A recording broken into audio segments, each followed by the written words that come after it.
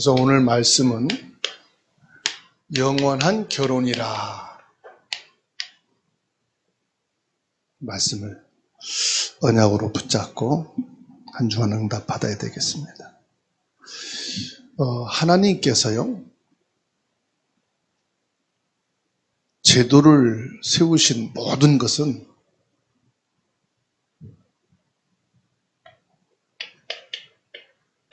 하나님의 절대 계획이 있어요. 하나님이 남자와 여자를 창조하시고 첫 번째 하나님이 세우신 것이 가정이거든요. 즉 하나님이 결혼을 이 땅에 처음으로 세우셨어요. 그러면 이것은 단순한 세상의 결혼 제도를 말하는 게 아니에요. 남자와 여자가 결혼한다. 하나님이 그걸 계획으로 세우신 게 아니에요. 결혼이란 말은 무슨 말입니까?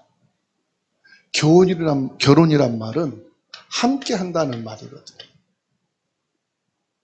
더 깊이 말하면은 결혼이란 한 몸을 말하는 거예요.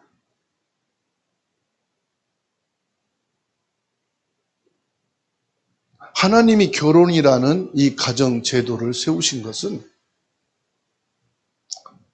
하나님과 너희는 한 몸이고 함께하는 존재로 지음받았다. 창세기 1장 27절 말씀. 하나님의 형상으로 지음받은 존재는 영원히 하나님과 함께하는 하나님과 한 지체요, 연합되어진 한 몸이다 하는 것을 하나님이 우리에게 말씀하고 계십니다.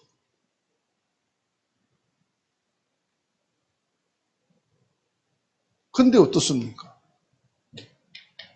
창세기 3장 1절에서 20절이죠.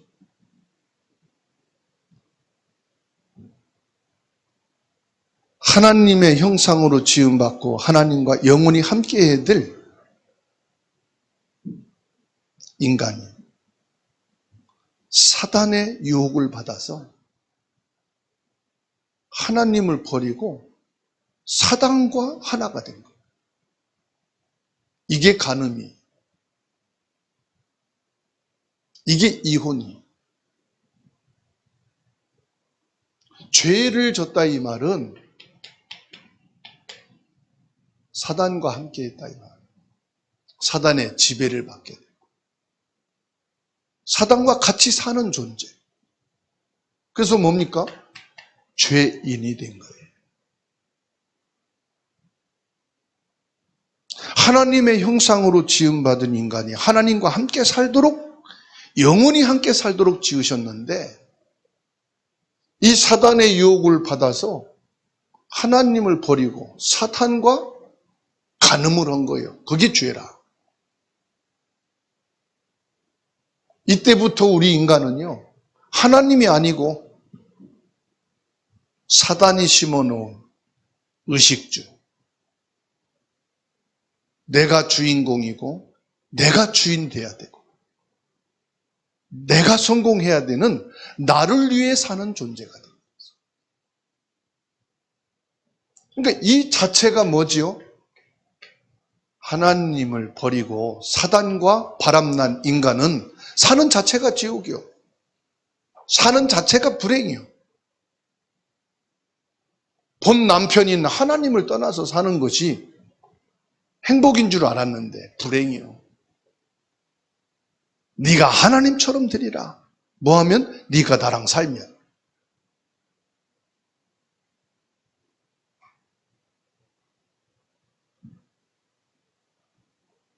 이때 하나님께서요, 창세기 3장 15절 바람나서 사단과 함께하는 우리 인간을 다시 받아들이기로 결정하십니다. 그리고 여자의 후손을 보내십니다. 네가 바람나 사단과 함께 살고 사단으로 하여금 죄 속에서 살고 지옥 같은 인생, 그거에서 빨리 나와라. 내가 너를 받아주겠다. 그런데도 여전히 하나님의 이 부르심에 거부하고 살아가는. 오늘 말씀의 키는 6절이죠. 요절이. 하나님께서 우리 인간을 지으실 때 태초부터 남자와 여자로 지으셨느니라.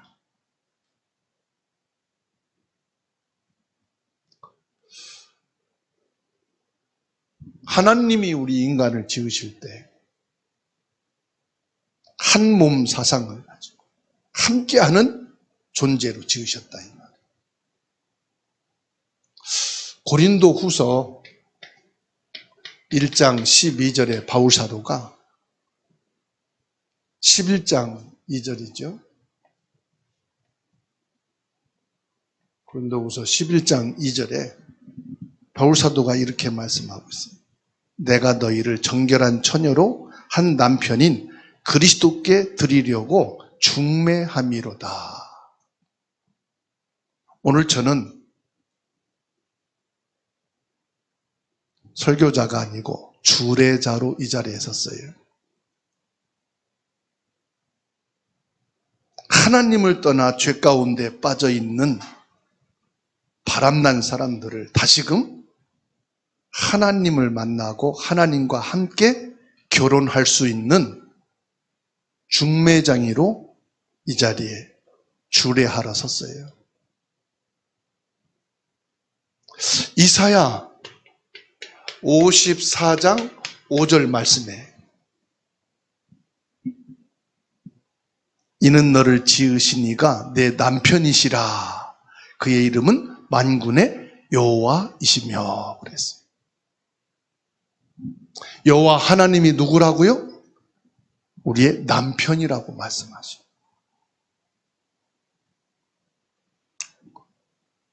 그래서 예수 그리스도를 통해서 저와 여러분들은 하나님의 신부.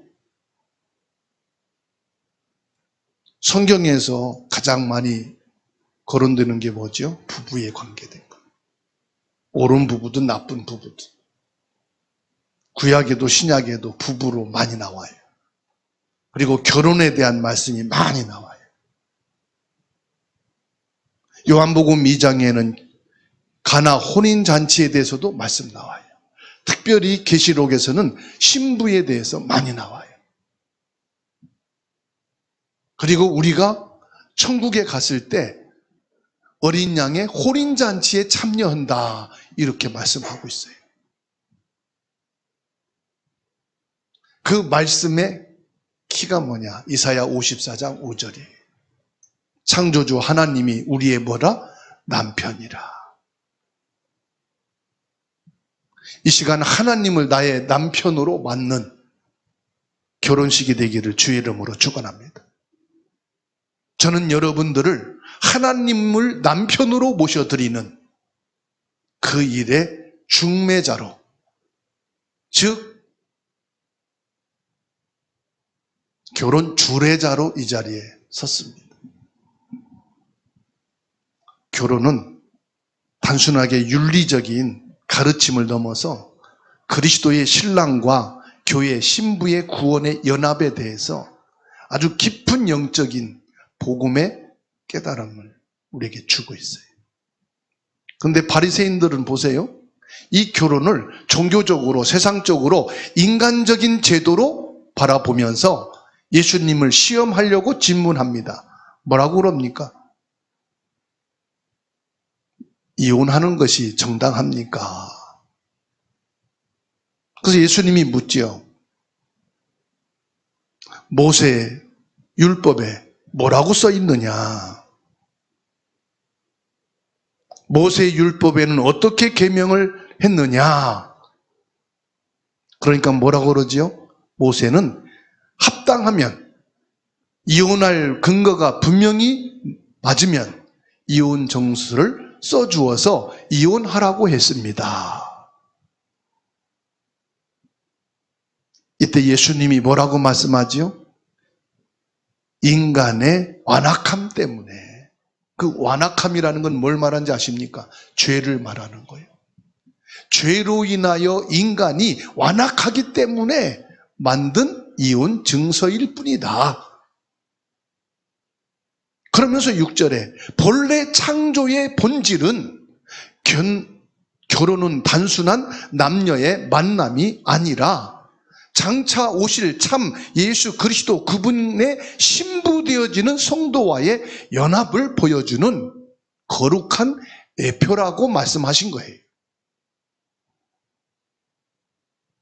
예수님과 교회인 성도는 한 부부요, 한 몸이요, 십자가의 사랑으로 묶여진 남편과 아내인 것을 믿으시기 바랍니다.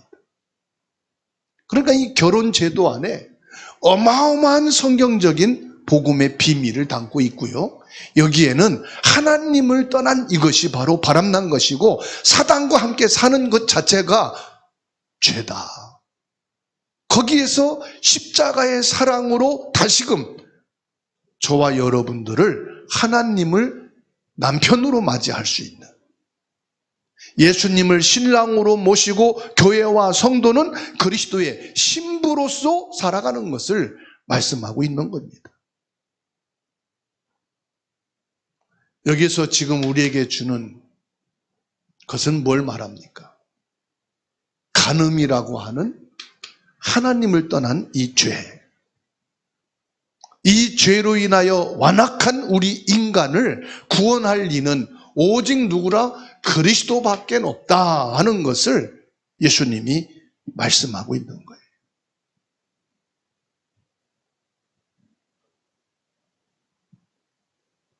우리는 하나님을 떠난 영적 간음과 죄의 완악함 속에 지금 살아가고 있습니다. 예수님은 우리 힘으로 이 결혼이라는 언약을 지킬 능력이 없다는 것을 아시오. 에베소서 5장 31절 32절에 그러므로 사람이 부모를 떠나 그의 아내와 합하여 그 둘이 한 육체가 될지니 이 비밀이 크도다. 나는 그리스도와 교회에 대하여 말하노라. 엄청난 말씀을 하고 계세요.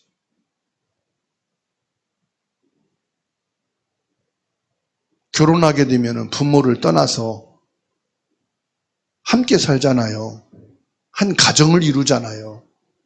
그러듯이 너희가 예수 그리스도를 믿고 구원받는다는 것은 죄를 떠나 사단을 떠나 지옥을 떠나 그리스도와 이제 함께 살게 되는 것을 말한다 이 말이에요. 그게 참 결혼이라 이 말이에요. 예수를 믿는 차원이 아니란 말이에요. 그리스도가 나의 신랑이 되어 아예 함께 살고 있는 자체를 말하는 거예요. 그래서 요한복음 1장 12절에 뭐라고 말씀합니까? 영접한다 그랬잖아요. 영접한다. 영접이 뭡니까? 분리됐던 우리가, 떠나있던 우리가 예수 그리스도를 통해서 이제 한 몸이 되었다 이 말. 예수 그리스도와 함께 연합된 존재가 되었다. 이게 바로 그리스도와 교회에 대한 비밀이라 이 말이에요. 교회는 성도를 말하는 거예요. 그리스도와 성도가 뭡니까? 결혼을 했다 이 말이에요.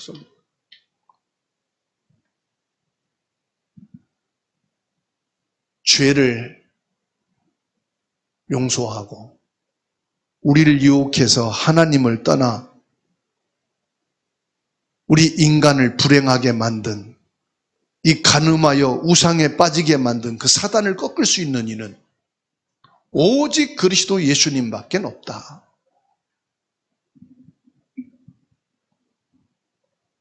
이 마가복음 10장 1절로 12절을 통해서 우리에게 결혼의 영적인 비밀을 드러내고 계십니다. 단순히 세상적인 제도, 법적인 윤리, 인간의 결혼 그 수준을 넘어서, 그래서 이 결혼은 뭐냐? 예수 그리스도 복음의 생명적 관계다 이 말이에요. 생명적 관계예요.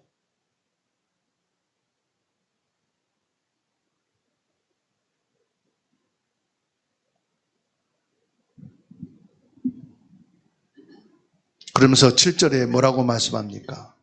이러므로 사람이 그 부모를 떠나서 이 둘이 한 몸이 될지니라. 이러한즉 이제 둘이 아니요 한 몸이니. 하나님의 창조의 본질입니다. 하나님이 인간을 창조하신 그 창조의 본질. 그게 뭡니까? 결혼은 하나님이 만드신 제도라 이 말이에요.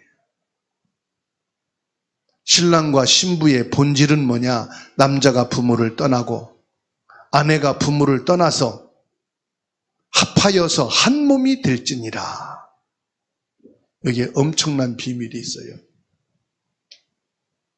빌립보서 2장 8절에서 10절입니다. 예수님께서 하늘 보좌를 떠나 이 땅에 오셔서 자기 생명을 주심으로 우리와 연합하신 예수 그리스도는 신랑이 되시다 이 말이에요. 예수 그리스도는 보좌를 떠나고 하나님을 떠나 이 땅에 오셔서 우리를 뭐로요? 신부로 맞이하게 하셨다. 남편이 부모를 떠나 그러듯이 예수님께서는 뭘 떠나요? 하나님의 보좌를 떠나셨다. 하나님의 그 자리를 떠나서 뭡니까? 이 세상에 죄인된 우리, 사단에게 바람나서 살고 있는 우리를 부르러 오셨다 이 말이에요.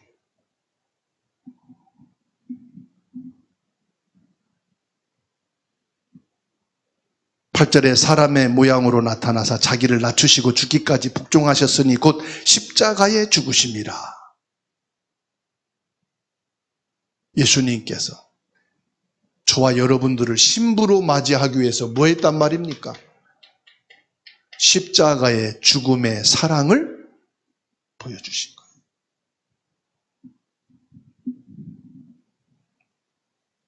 그래서 하나님이 짝지어 주신 것을 사람이 나눌 수 없습니다.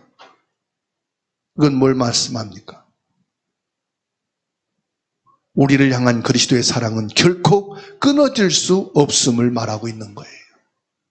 예수 그리스도를 통해 구원받은 이 하나님이 남편이요 우리가 신부된 것은 사람이 나눌 수가 없다 이 말이에요. 하나님이 주신 이 구원은 사람이 법으로, 세상의 법으로 나눠집니까? 절대로 불가능하잖아요.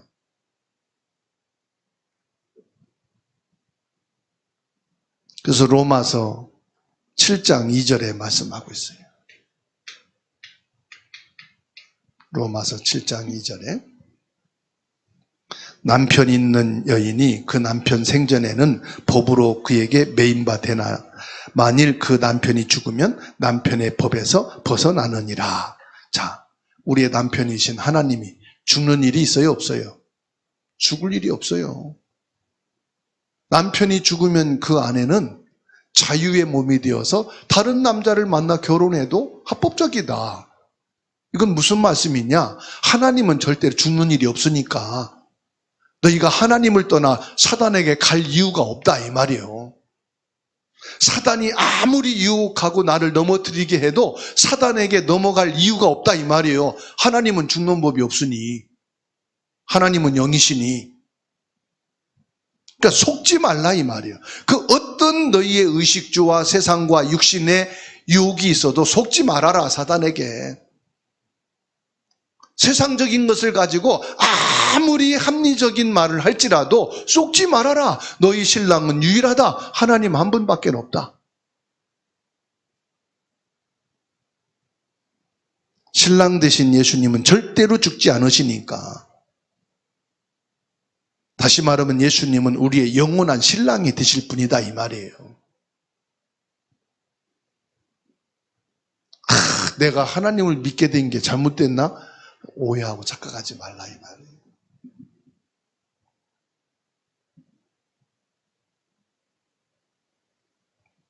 그러면서 예수님께서는 새로운 언약을 말씀합니다.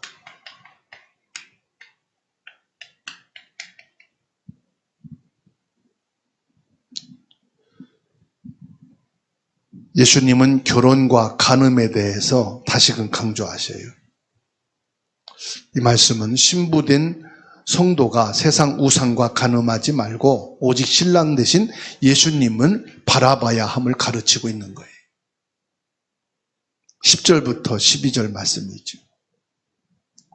제자들이 집에 들어가서 다시금 예수님께 묻지요. 이때 예수님께서 말씀합니다. 누구든지 그 아내를 버리고 다른 데 장가드는 자는 본처에게 간음하며 또 아내가 남편을 버리고 다른 데로 시집가는 것은 간음을 행함이니라.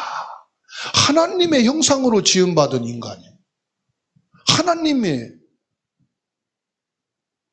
창조된 인간이 하나님을 버리고 마귀의 말을 듣고 마귀에 속은 것은 뭐요? 남편을 버리고 간음한 죄다.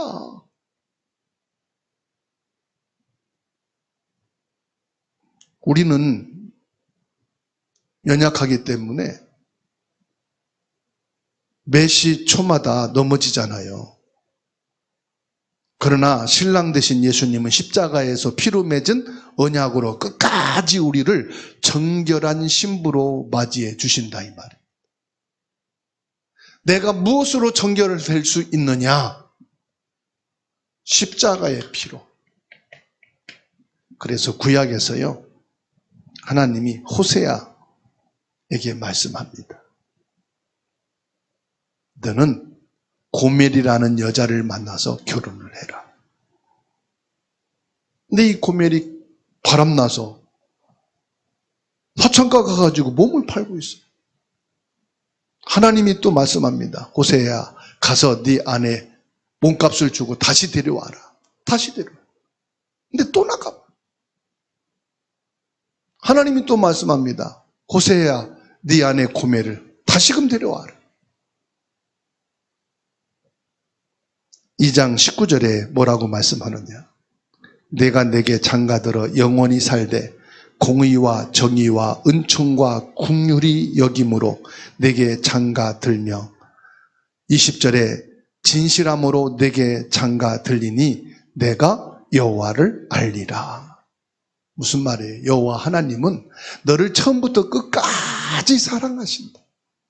그러니까 돌아오라 이 말이에요. 돌아오라. 돌아오기만 하면은 십자가의 피로 너를 정결하게 해서 너를 언제나 받아주겠다. 세상은 어때요? 바람나고 간음하면은 이게 이혼 유책이 있대요. 그래서 이혼해도 된다 판결을 해요.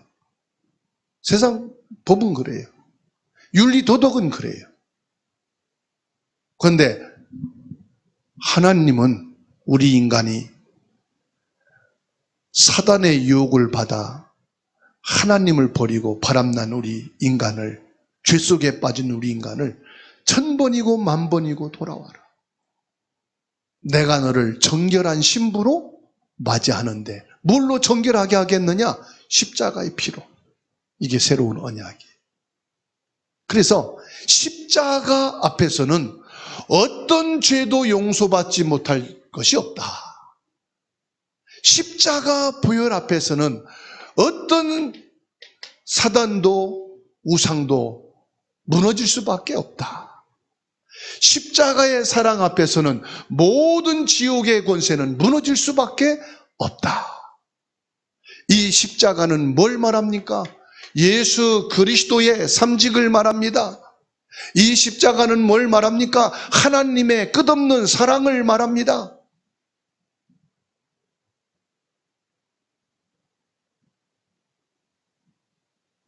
그래서 로마서 13장 9절 10절입니다. 13장 9절에서 10절 함께 읽습니다.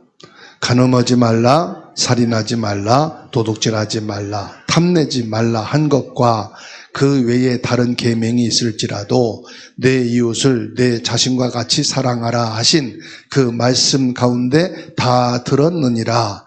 사랑은 이웃에게 악을 행하지 아니하나니 그러므로 사랑은 율법의 완성이니라.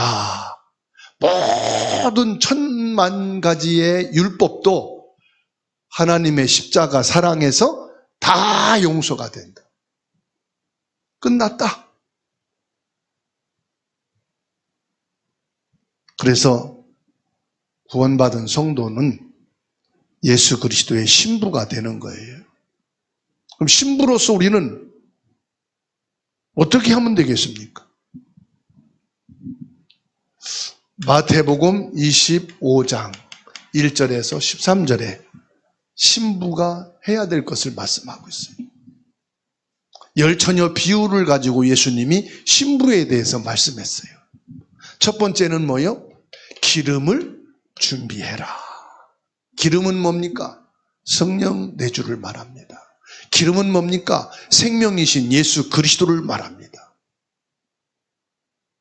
우리가 외적으로 등은 있고 신부로 다 준비됐는데 기름이 없다. 뭘 말합니까? 내적인 신부가 준비되지 않았다 이 말이에요.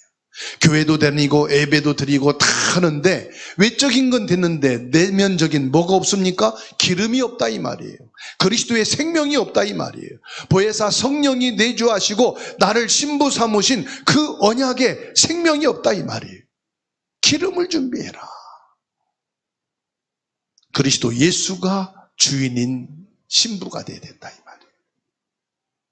예수 그리스도로 인하여 저와 여러분들은 하나님과 함께하는 남편이요 신부라는 사실, 이 복음의 언약 속에 있으라 이 말씀입니다. 두 번째로는 뭡니까? 깨어 있으라 그럽니다. 깨어 있으란 말은 무슨 말씀입니까? 우리의 영적인 상태를 말합니다. 깨어 있으라, 기도의 사람이 되라. 하나님의 말씀 속에 있어라. 하나님과의 관계, 예배 속에 있어라. 깨어 있으라. 영적으로 게으르고 태만하지 말고 깨어 있어 뭐해라? 복음의 빛이 되라. 증인이 되라. 전도자가 되라는 말씀. 깨어 있으라. 병든 자를 치료하고 후대에게 복음의 모델이 되라. 이 민족과 이 시대를 향하여 저와 여러분들이 전도자로 세워졌다는 사실. 하나님의 신부로 살아간다는 사실. 어떻습니까? 결혼해서 한 가정을 이루는데 아내가 심심하면 외박을 해. 남편이 심심하면 외박을 해. 어떻게 되지요? 그 가정이 튼튼한 가정, 서로 믿고 신뢰할 수 있는 가정, 행복한 가정이 될 수 있겠어요? 없죠. 하나님의 신부인 저와 여러분들이 어떻게 신앙생활을 해야 되는 건지, 무엇을 준비하고 무엇으로 깨어 있어야 될지를 우리의 가정생활을 통해서, 부부생활을 통해서 보여주시는 거예요. 몰라서가 아니잖아요. 아는데도 안 되는 거죠. 우리에겐 아는 것을 다 할 수 있는 힘이 없거든요. 그래서 뭐합니까? 성령 충만을 해야 된다 이 말이에요. 너희는 예루살렘을 떠나지 말고 아버지께서 약속하신 것을 기다리라. 몇 날이 못되어 너희가 성령을 받으리니 오직 성령이 너희에게 임하시면 너희가 권능을 받고 땅끝까지 내 증인이 되리라. 오늘 또 저와 여러분들은 하나님의 신부로서 기름을 준비한 성령 충만 예수 생명으로 넘치시기를 바라고, 깨어있는 기도의 사람, 예배의 사람, 전도자의 삶이 되기를 주의 이름으로 축원합니다.